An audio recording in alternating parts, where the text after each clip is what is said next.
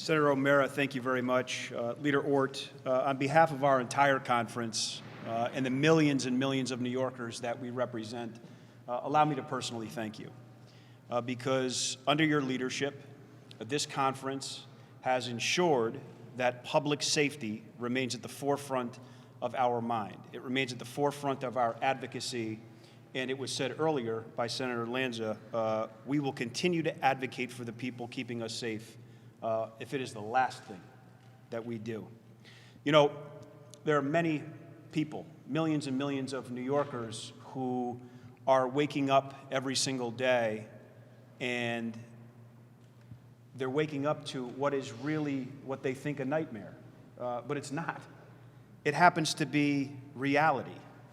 Reality for New Yorkers in Binghamton, where I'm from, Niagara Falls, Ithaca, Staten Island, every corner of this state. Long before the pandemic ever crippled the people of this state, we saw violent crime after violent crime occurring, all because of the disastrous bail reform laws and other policies that we have seen pushed through by this governor, by the leaders of both the Assembly and the Senate. Sadly, we've seen law enforcement vilified by these so-called leaders, defund the very people who are charged to keep us safe. We have seen murderer after murderer, cop killer after cop killer granted parole. Anthony Bottom, Herman Bell, Judith Clark, Paul Ford, Barrington Young. I'll describe these people to all of you. They are the most repugnant of human beings. They don't deserve to be out on the street. They deserve to be in jail. These people have all been released by the governor's personally appointed parole board. Let me describe this parole board to you. These are people without principle. These are people who have no moral compass, and they make decisions based solely on the way the political winds are blowing. We heard about Brandon Elliott. Brandon Elliott is out on the street. Mr. Elliott belongs in prison. If he were in prison, this elderly Asian female would not have been beaten. And sadly, this has become a pattern. Attacks on our elderly, on our Jewish friends, on our Asian friends, all because we hear about the war on drugs, all because of the war on public safety that is perpetuated by those in charge. So we are seeing reckless and dangerous policies, again, produced, promoted, and perpetuated by Albany leadership. They have, in fact, turned our criminal justice system, Senator O'Mara, into a revolving door. So while violent crime has doubled in New York City, only in New York would our leaders double down on this failed policy.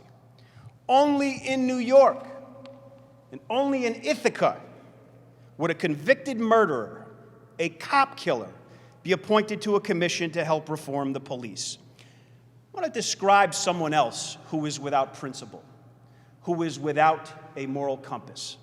That is the mayor of Ithaca, Savanti Myrick. He is a person who is without principle and without a moral compass. You heard this. Think about this. He doesn't have the decency to speak to Chief Nair about his radical policy. Chief Nair finds out about that by reading GQ magazine. My friends, every cop I know, and I know so many of them, every cop I know seeks to do their very best. They strive every day to do better.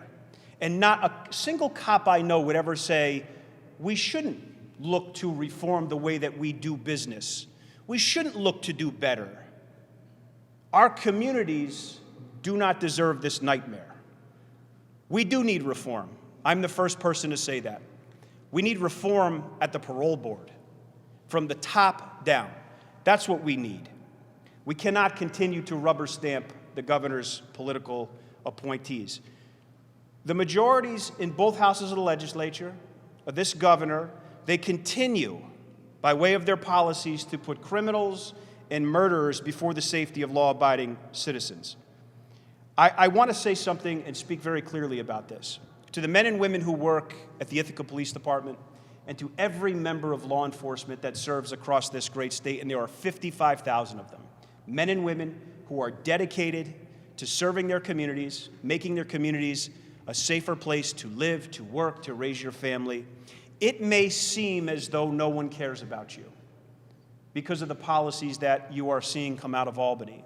But I promise you, there are in fact people who care.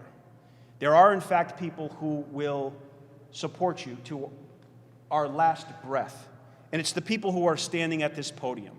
It's the people who are speaking out on your behalf every single day.